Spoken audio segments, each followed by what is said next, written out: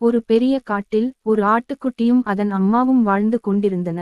ஆட்டுக்குட்டி நன்றாக விளையாடிக் கொண்டு இருந்தது. ஆனால் அது எப்போதும் காட்டில் உள்ள வேடிக்கையான விஷயங்களை காண வேண்டுமென்று ஆசைப்பட்டு கொண்டிருந்தது. ஒரு நாள் அம்மா ஆட்டுக்குட்டியிடம், வெளியில் எங்கும் போகாதே, நரி சுற்றி இருக்கிறது என்று எச்சரித்தாள். ஆனால் குட்டிக்கு அம்மாவின் வார்த்தைகள் கவலையாக இல்லை.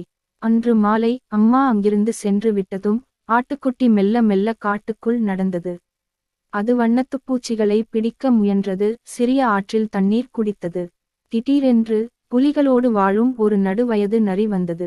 நரி மென்மையாக கேட்டது, குட்டி, நீ மட்டும் இங்கே, சாப்பிட ஏதாவது இருக்கா? ஆட்டுக்குட்டி பயந்துவிட்டது. ஆனால் சிந்தித்து, அம்மா எனக்கு உணவு கொடுக்க வந்து கொண்டிருக்கிறார், அவர் வருவார் என்று சொன்னது. நரி குழப்பமாக இருந்தது. உன் அம்மா வருமா என்று கேட்டது.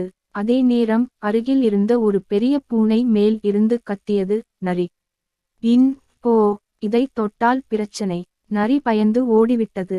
ஆட்டுக்குட்டி விரைவாக வீடு திரும்பி அம்மாவிடம் அனைத்தையும் சொன்னது.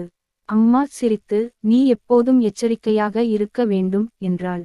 அதன் பிறகு ஆட்டுக்குட்டி எந்த சமயத்திலும் அம்மாவின் வார்த்தைகளை மறக்க